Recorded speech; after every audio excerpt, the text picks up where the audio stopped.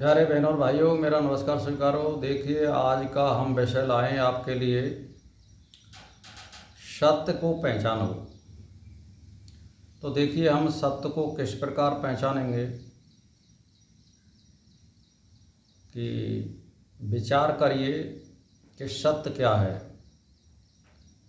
और जब हम सत्य का विचार करेंगे तो इस संसार में कोई भी स्थायी वस्तु नहीं है। इसमें सत्य केवल 3 वस्तु हैं: परमात्मा, प्रकृति और आत्मा। ये तीनों स्थायी रूप से एक सी रहती हैं। आत्मा में कोई फर्क नहीं पड़ता है। जब ये भोग की स्थिति में प्राप्त होती है तो एक आवरण सा बन जाता है पापों का, तो हम सही बात को आभास नहीं कर सकते। और जब हम पापों से दूर रहते हैं, आसक्ति से दूर रहते हैं और हम लोभ से दूर रहते हैं, चित्तवृत्ति निरोध हो जाती है, तो वो फिर पर्दा हट जाता है और हम साफ साफ पहचानने में समर्थ हो जाते हैं। उसी का नाम सत्य है। तो ब्रह्म ज्ञान में धन यानी सत्य में कोई धन जाति कोई विचार नहीं है। ब्राह्मण बुद्धि होना आवश्यक है। ब्राह्मण बुद्धि का मतलब है वेद का ज्ञान या ब्रह्म को जानने वाला होना चाहिए, जो सब प्रकार से शांत हो।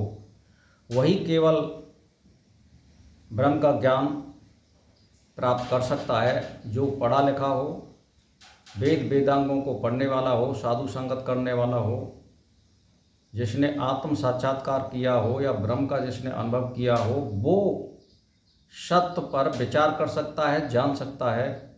और जब इन चीज़ों से वो परे होगा तो वो सत्य को नहीं जान सकता है। सीधी सी बात है। तो देखिए, प्रत्येक व्यक्ति को ब्रह्म ज्ञान का अधिकार है। गीता के अनुसार पापी से पापी मनुष्य ज्ञान को प्राप्त कर सकता है और भवसागर से पार तर जाता है। तो साधारण मनुष्यों की तो या पुण्यवानों की तो बात ही क्या है। तो देखिए, मैंने एक ही बात कह दी है आपसे कि मान के चलिए घर में चिंतामणि है, पारस पत्थर है, किंतु उसे ना जानने से तुम कंगाल हो। यदि आप अपने से संतुष्ट हैं तो वेदांत आपके कार्यों में हस्तक्षेप नहीं करता। वेदांत की रीति आपको रोगी, पापी, दुखी, अज्ञानी बताकर इलाज करने की नहीं है।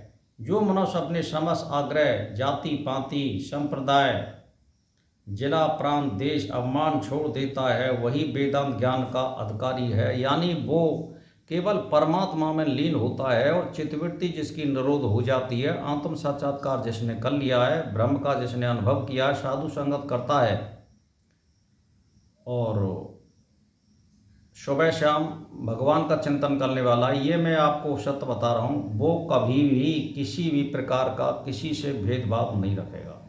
उसके लिए प्राणी मेरा मात्र एक सा है। वो एक सा वार्तालाप करेगा और वो केवल सत्य को देखता है। कुत्ता, बिल्ली, बंदर कुछ भी हो, वो उसमें परमात्मा देखता है, वो उसकी अनुसरण नहीं करेगा। तो भाई और बहनों, सत्य को जानने के लिए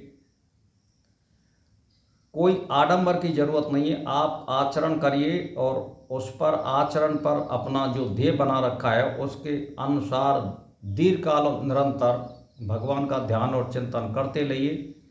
लोभ और मोह से दूर रहिए, फिर सत्य का ज्ञान ऑटोमेटिक हो जाएगा।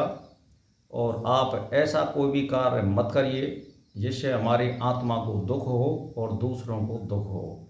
बस यही है कि सात्विक वृत्ति का खाना लीजिए, सात्विक वृत्ति के लोगों का संग करिए। और सात्विक वृत्ति बनाए रखने के लिए आपको केवल एक समय भोजन करना होगा। 2 समय भोजन जो है थोड़ा आलसी होता है और वो विकार को पैदा करता है। तो इसीलिए सत्य से जुड़ने के लिए, परमात्मा को प्राप्त करने के लिए, सात्विक वृत्ति अपनाने के लिए आपको तप, त्याग, योग का सहारा लेना पड़ेगा, साधु संगत करनी पड़ेगी, ग्रंथ भी पढ़ने पड़ेंगे और मनन और विचार भी करना पड़ेगा। तो जब सत्य ज्ञान हो जाएगा तो ब्रह्म प्राप्ति सुगम है, सारे रास्ते सुगम हैं, आत्मा की कोई अधोगति नहीं होगी और सत्य का विचार करते करते अपने को पहचान लोगे मैं कौन हूँ और कहाँ से आया हूँ और मुझे क्या करना चाहिए। तो भाई और बहनों, मेरा इसी के साथ नमस्कार स्वीकार हो।